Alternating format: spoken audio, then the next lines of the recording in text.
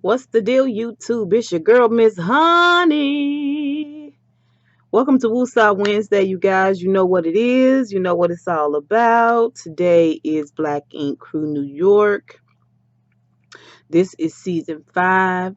Um, Today they gave us two back-to-back episodes, episode 9 and episode 10. We are going to do separate videos because why not? I'm going to try to keep my energy up, you guys. I'm going to try to keep it lively and zestful, but I am dog ass tired because not only did I ride my bike for 3 miles today, I had a life coaching session, and I had to decorate my brother's bathroom in his new apartment, and I had to do 2 episodes of Black Ink Crew, and today started Underground, and I'm reviewing Underground as well. So you guys bear with me. Before we get started here, please, please, please hit that subscribe button down below. Let me know with the thumbs up how you like this review. Please don't forget to comment down below. I love to read you guys' comment. I love to hear you guys' point of view. So without further ado, let's get to it. This episode is called The Wilds of New Jersey. And of course, the episode always opens up at 1/13. We really haven't seen a lot of 1/5 this season, which is odd. Um, but like I said, 1/13 is the flagship store, and it is the store that this whole show started with. So opens up with everybody, with the exception, I think, Seas and Sky, shooting the breeze, just day drinking at 1/13, and just your normal BS. Then we see Kit come in because Seas wants to have a meeting at the shop, and although Kit works in 125th, she's always, now it seems like she's always with the 113th um crew. And it's weird to me because they haven't really incorporated her outside of that fight, and then the coochie mold that she made for Sky. We haven't really seen a lot of her, and we really haven't heard a lot from her either. So yeah, but she's brand ambassador. So she comes in, lets us know that, remember, we're having this meeting, and you know the gang, C's comes in, he wants the gang to go on a team builder. And the team builder is going to be a camping trip. Now, Sky High, of course, is on 10 because she is still healing from her um, designer vagina surgery. And not only is she wondering where Teddy is during this meeting, but Melody is going to spend the bulk of this episode and next episode dragging her, and Sky both dragging Teddy. So it's obvious to me that Sky, Melody, and Donna spend a great deal of time discussing what go on in that shop.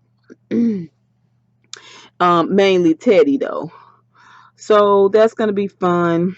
We see Dutch back in North Carolina, and she's tripping out about this whole prank call situation because she realizes what that one, that she really feels like she loves Caesar that much more after thinking that he was in this horrible car accident. But also too, maybe she left too soon. Maybe she needs to rethink some things. So she's at this restaurant in North Carolina. Well, y'all, okay. So she has bought this chick, this crazy chick that had this whole big story about Seeds and the abortion, and her sister a, a bus ticket to come down to North Carolina to talk to her about what's going on, so she could talk to the chick a little bit more. So Ian walks the chick. First of all, you in North Carolina. Um she really looked like she was in New York to me. I mean, she had her belly out. She had on like some old dusty clothes. Like I was like, Dutch, what you doing? What are you doing with this chick? I don't get that. Um, and to me, it's kind of a baller move. Like it's kind of a boss move. It's a controlling move to bring the girl to you and you pay for her to come and all of that. But okay, I guess she wanted to, you know what I'm saying, be in control of the situation in some sort of way. And maybe in North Carolina, she feels that much more confident. So she sits the chick down and asks the chick, what's the deal? What's the story? Get to start from the beginning. So girl says they was at Club Onyx. It was her and her sister, was five of them. In walked C's and he had Teddy with him and a bunch of other people. But it was more of them than it was of C's crew. And C's somehow must have got her sister's number and started talking with her sister. And she did not know they partied at that night and hung out and they was throwing money around at the Onyx. And she did not find out till some months or some weeks later that her sister was hooking up with Seed.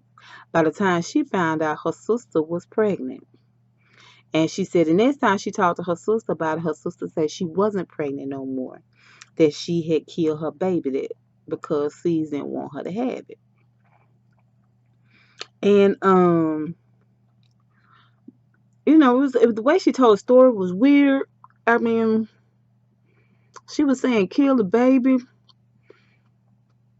I understand why she was taking that approach with the conversation. It was a little odd to me. So Dutch asked the girl, did she have any receipts? And the girl said, I do have receipts. I got screenshots of text messages he had with my sister going back and forth, and I also got screenshots of conversation. So she got text messages and screenshots of the conversation that C's had with her sister. And so Duchess was like, well, let me see them.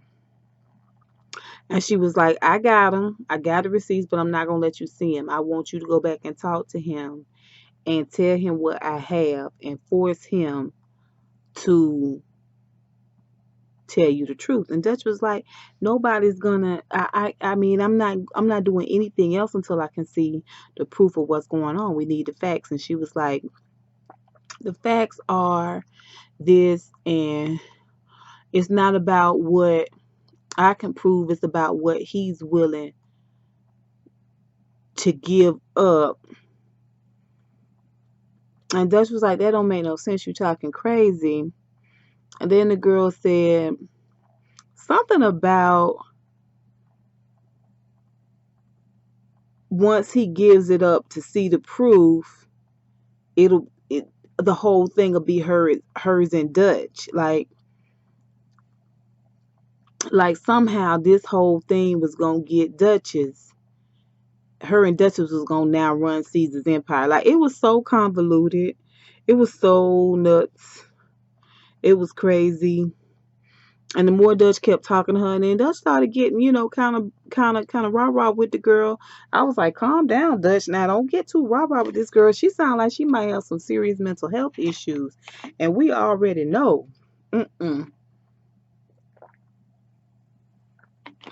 Um, so anyway, she didn't have no receipts. She can't put no receipts together. She not trying to put no receipts together. In other words, she's cuckoo for Cocoa Pops, like everybody said, and Dutch looks hella dumb, basically. So, Duchess regrets moving so quickly. She said, maybe I jumped the gun, leaving my man, because I still love him. Then we see C's working on improving his website. Of course, this includes tattoo work that people have done in the at Black Ink, mostly naked ladies, showing their booties and their tattoos and their bellies and their booties and their coochies and their tattoos in and around and about booties, coochies, and bellies. Okay, C's. So I guess it's like a car show. There's tons of beautiful half naked women at car shows. So maybe this is to draw the men folks in. I don't know. So then we see C's is at 125th. No, C's is after the working on the website, taking the pictures with the photographer for the website. He calls Tiffany on the phone, and he wants to invite her to the team builder, to the camping trip. Well, she's reluctant. Of course she is. And he tells her no, he's going to be there. It's going to be about business. He wants to bring her back in, but this time he wants to bring her to 125th because one, she has celebrity clientele, and two, she's a really, really good tattoo artist. And she's like, I don't know, I'm just not really feeling it. But he says, I tell you what, you don't have to come through the whole team builder. You can come to the last day. We'll be having dinner, and um, you know, I'll make sure I you know, keep everything copacetic so we can try to resolve this. So it was so funny because C said he hadn't begged this much since he begging her like he used to beg Dutch to shut the fuck up.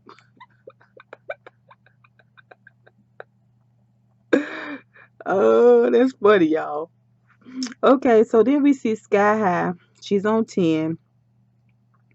Um, Everybody ready to camp. They riding down on the camping trip, and of course, typical city people. They are afraid of the bears and tigers. No tigers in the woods. Mind you, get y'all, they just in New Jersey, but okay, so they surmising all these weird things that are gonna happen. They finally get um to the camp. Prior to get to camp, they all meet at the shop. And they all got their camp gear. They want to know where Melody is. Melody is coming a little bit later. Okay. So then they load up, head to the camp, and they get to the camp, and um Richard is talking about Nikki. Uh, he misses her. Sky had mentioned in the shop that she heard Nikki was going out of town, going to the DR for some plastic surgery. And C's was like, she got money like that? She going to the DR? We need to figure out what's going on with this chick. Well, on the bus, on the way there, then Richard is talking about that, and we see a flashback that Nikki is telling him that she's going to the DR. She needs some time for herself. She's gonna be in there. She's gonna be in the DR for a while, and he's just standing there stunned. Kind of like, how will I eat? How will I dress myself? How will I know when to bathe? Oh man, Richard. So they get there and get into the woods. There's a rock wall. They separate into teams. Teddy's team, Team Teddy, Team Sky. On Sky's team is Donna Bay. Um and on Teddy's team is We Know Richard, Melody, because when she comes in, her and Sky get to hugging, and she thinks she's gonna be on Sky's team, but she isn't. C's puts her on Teddy's team because she need to work stuff out with Teddy. And really, Melody surprised me this episode and the next episode because she's coming across a whole lot like Sky. Like she is a bit of a grudge holder. When she was on there last season for the first time, she did not seem like she was this um like she was a complainer, like she was a grudge holder. She seemed more like a tree hugger, like Teddy said. But she has turned out to be quite a handful, actually. And she is doing a lot of mimicking of the things that I feel like she's talking about with Donna and with Sky. Okay. So she's got a problem with Teddy. She doesn't want to be on his team. But what's ironic is that Teddy's team ends up winning because of Richard climbing to the top, ringing the bell, beating Sky's team, and at the end, Melody scaling the top. New mom, she killed it, ringing the bell. So she won for Teddy's team. And when she was coming back down, Teddy apologized to her. It was a it was a half-hearted apology because when she was going up the wall, he was saying, um, bitch and hoe and all this other stuff. Like, Teddy's so disrespectful. He's so disrespectful. And I don't know if it's the weight loss or what, or if it's the success of Black Ink, if it's the fact that he has a modicum of success because of Caesar's success. But Teddy's a real butthole, like full on. Before he was more like just like a tomcat, like just mixing with a bunch of chicks. But to me, this season he is verbally aggressive, especially towards the women, and he's a real dick, all around dick on the show. Period. So he gives her a fake apology, and she fake accepts it. Um, so there was that. The girls have a cabin, the boys have a cabin, and so they're in the cabins. The girls look like cool, long as we not outside. The boys, to me, acted so. Oh, they acted so soft about being in the cabin. Richard thought it seemed like prison. Um, I'm like, except for the steel bars, the guard, and the fact that you have to shower with a whole bunch of people at one time. Um, so except for that, yeah, it's just like prison, Richard. Whatever. So they standing around waiting for their bunk beds to turn into queen size beds, and their bathroom to turn into a day spa. It never happens. So the next morning, they get up, and prior to this, we see Dutch having dinner at her apartment in North Carolina. And it's so funny the difference between the apartments in North Carolina and the apartments in New York. Like the apartments in New York are so small and cramped. Like every apartment looks like a dorm room that a hoarder would live in. And every in the apartment in North Carolina was just beautiful and spacious and gorgeous. Like she had her whole family up in there just parlayed up. Was she having a dinner? And her family, mainly her sister for sure, and her mom not feeling sees. Her sister never lets her forget, never lets her forget, never gives her a moment to breathe. She is constantly in her ear about C's not being the right one and that he's cheating on you, that he ain't nothing. But Dutch is really expressing to them that she feel like she missed her best friend. She feel like she jumped the gun. She made a mistake. And her mom got questions. Her mom is like, why do you feel that way? Her mom is like, when have you talked to Caesar? When was the last time you talked to Caesar? And what did he say? And Duchess was like, no, I haven't really talked to him. It was just briefly. Okay, well, that's a problem right there, Dutch. If you miss the guy, if you feel like you made a mistake, call your man and talk to him about it. See what's going on. Feel him out. Well, main number one, you shouldn't have never left. But we've jumped that gun already. We've already that ship is sailed. But let's move forward. Her dad tells her, I don't feel like Caesar is the person you gonna spend your forever life with.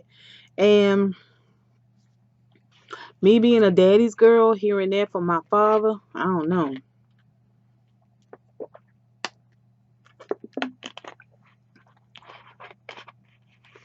She started crying. Of course she started crying. Her family's not supporting her. Her family's not saying, why don't you work this out? Why don't you call him? Why don't you talk to him? Maybe this thing is wrong. This is like what they needed to hear to really, really push her because they want her to come back to North Carolina.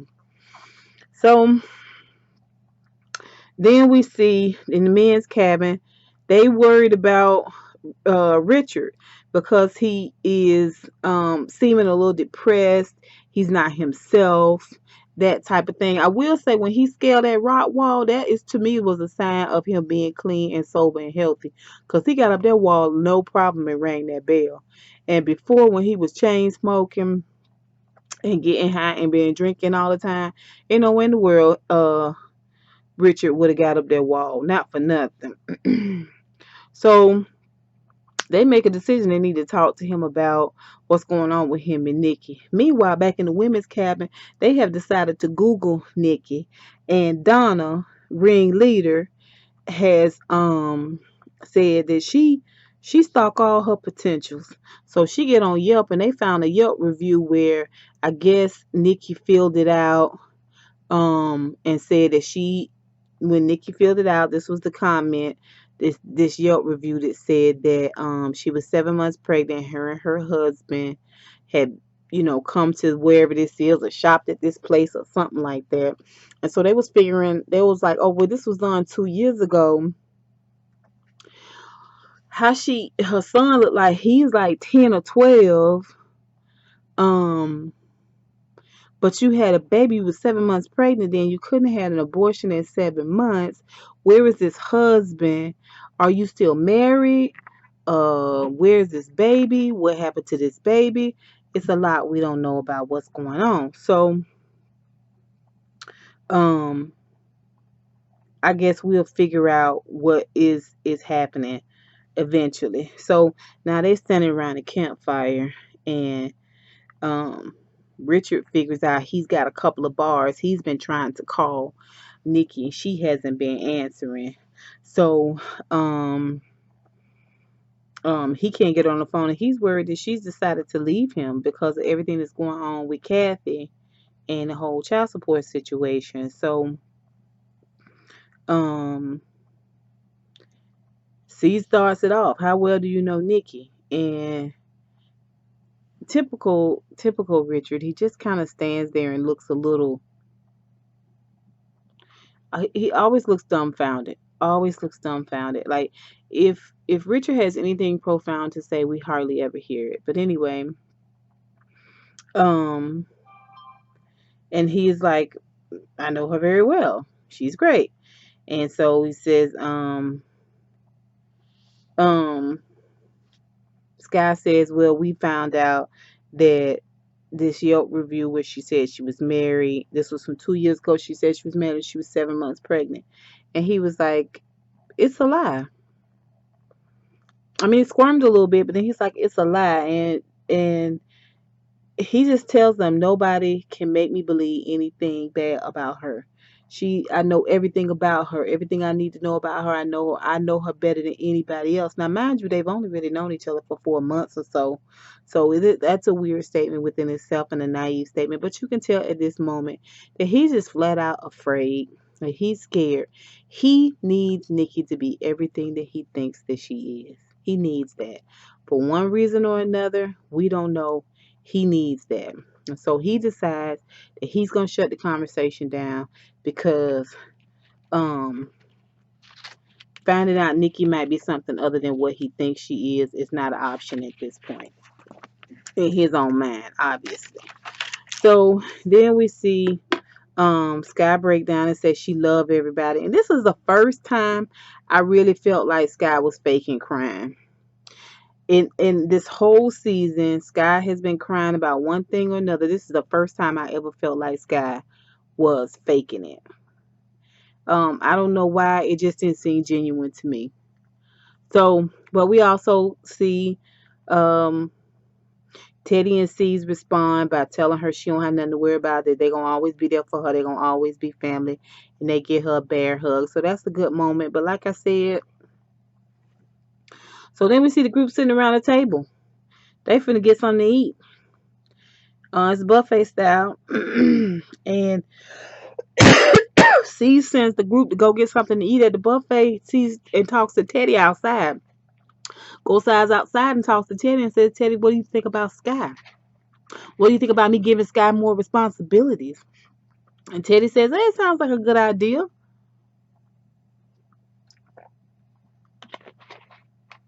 Why not? What we know for sure is Sky is dedicated. She's loyal to the crew, so why not? C says, okay. So they go back to the dinner table. In walks Tiffany. Tiffany speaks to everybody. Now, she goes ahead and sits down, and Sky immediately looks uncomfortable. Cease goes into the conversation about, I invited Tiffany here because I want her to work at 125th. And off the rip, Melody is hostile as heck. To me, off the rip, she's hostile. And she cuts Tiffany off when she's having, conversation about what's going on. She is aggressive in her conversation. Tell Sky and to hear out Tiffany. And she's like, cool. She never apologized. She says, no, I want to move up into a management position. And I know I'm glad you're here. And I'm glad, that Caesar's bringing you back. Like, it was real uncomfortable and painful for her to say all that. But she did what she had to do, I guess. And held it in the road as long as she can. Meanwhile, her girls, Melody and Donna, are antagonizing the heck out of Tiffany. So Tiffany says, listen, we all made mistakes. A lot of stuff happened. I've gotten into some fights, um, defending myself. So Donna says, what I don't understand is what will make you fight in the shop. Now, pause. Shut the fuck up, Donna. Shut up. Zuh. I mean, ever since you've been back, I've been wanting you to shut up. You keep chiming in with little or nothing to say. Like, be quiet. You wasn't even there. Okay? Shut up. You fought with Sky in the shop, right? When you ain't paid for your room in Miami when Sky went and had her butt done. Goodbye, Donna. Goodbye. Okay? So,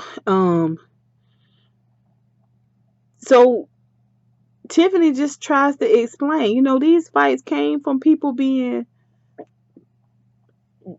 jealous.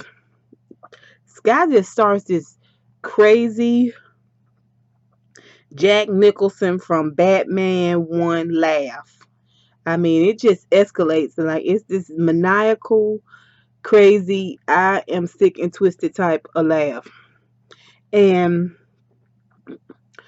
it puts Melody in a position where she feel like she got to say something. Like, everybody was quiet. Kit was quiet. Um, Bay was quiet. Walter, everybody was quiet. It was just Sky, Donna, and Melody. And C just stood up and was like, be quiet, be quiet, be quiet. You're going to have adversity with a lot of different people. But this about this money. She bring money in the shop. Yeah, she fought with y'all, but still, she brought money in the shop. Now, nobody is saying, Sky, it's your fault. What happened was what really set it up. This is what it is. Tiffany said, this all happened because I was being bullied. So Sky lost it. She was like, oh, you think I bullied you? She takes her wig off, then takes her wig cap off. She got her braids in, all of that. And Caesar's just like, enough, enough, enough. Stop all this. Please cut it out. Donna, he tells Donna to shut the heck up because she wasn't even there. All appropriate. So Sky says, yo, word. On my children, on my kids, I'ma kick your butt. And Tiffany says, oh, the kids you don't even take care of? Sky loses it. She runs around this whole long table. There is a security guard in front of Tiffany, and somebody grabs Sky. She calls the guy by the name. She runs all around the guy. Like, she's on 10. She's on 10. She's a strong girl. She's fast. All of that. And all of this with drinking. Like,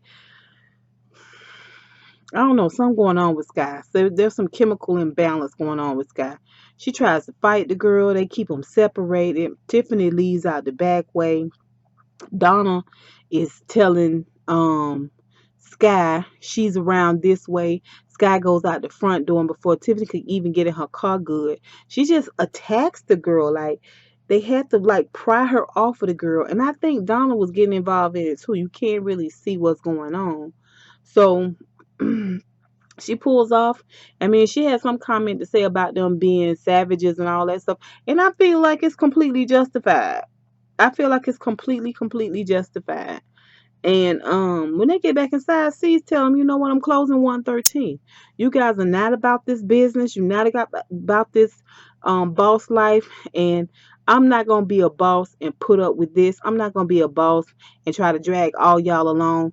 The shop is closed. I'm done with it. It's over. Of course, everybody is dead silent. Why? Because they know Caesar mean business. Okay, you guys, that's it. We got another video to do. You know how this works. Please hit that subscribe button down below. Give me a thumbs up. How'd you guys feel about this episode? I'm going to take back what I've said about Kit for right now because at least, unlike Donna, Kit kept her mouth closed. So for that reason alone, I am going to apologize and just say for right now, I'm okay with Kit. Donna is my new boo. Okay, for Black Ink Crew. Her and Sky out of control, and I'm gonna throw Melody in there with it because I don't like how she popping off either for this episode. Okay, you guys, remember to subscribe, remember to like, remember to comment. And until next time, I'll holla.